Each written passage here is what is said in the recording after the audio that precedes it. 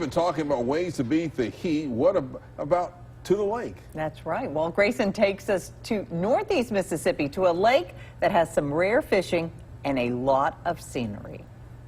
Yeah, that's right, Melanie. As far as the fishing, it's the only lake in Mississippi with smallmouth bass. And I say in Mississippi, but actually it's shared by Mississippi, Alabama, and Tennessee. But there's plenty of it to go around. This is Pickwick Lake. It stretches 50 miles from Pickwick Dam in Tennessee to Wilson Dam in Alabama and impounds several thousand acres of the Tennessee River in the very northeast corner of Mississippi. Out there somewhere is the state lines of Mississippi, Alabama, and Tennessee. No need to mark it or even worry exactly where it is because the nearly 500 miles of shoreline on the lake looks pretty much alike.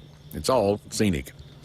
Now, in the spring of the years, when people come here to fish up in the inlets for largemouth bass, and in the fall, they come for the smallmouth bass. But I love Pickwick Lake for other reasons. Now, admittedly, Pickwick is best enjoyed with a boat. You get to see places you only see on the water, like where the Tennessee-Tombigbee Waterway enters into the Tennessee River system. It's not spectacular, but it's where the natural rock all of a sudden gets a shape to it.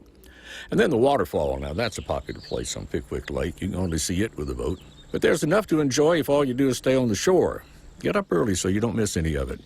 Some mornings, the fog rolling onto the big lake out of the inlets and hollows muffles the sound of the last of the night bugs going to sleep and the first of the day birds waking up. And the lake wakes up, too. Its deep sleep evaporates like a dream you remember having, but you can't remember what it was.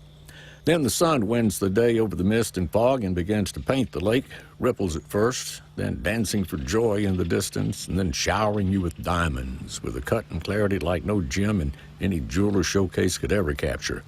And you can't really capture this either. It's like so much of life. You can just be in the moment and take it for what it is and remember it for what it does for you, but you can't keep it. But the fisher people find their spot and catch their haul, and in between bites, they enjoy the lake and the solitude that you can only get on the open water and the camaraderie you can only get sharing a bucket of bait with a friend.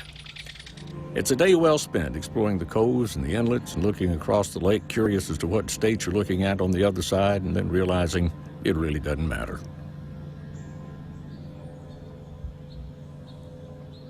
J.P. Coleman State Park is on Pickwick Lake, and they're open mostly on the weekends right now. Now, they've got some limitations because of COVID. The hotel at the park plans to reopen September 1st. I'm Walt Grayson.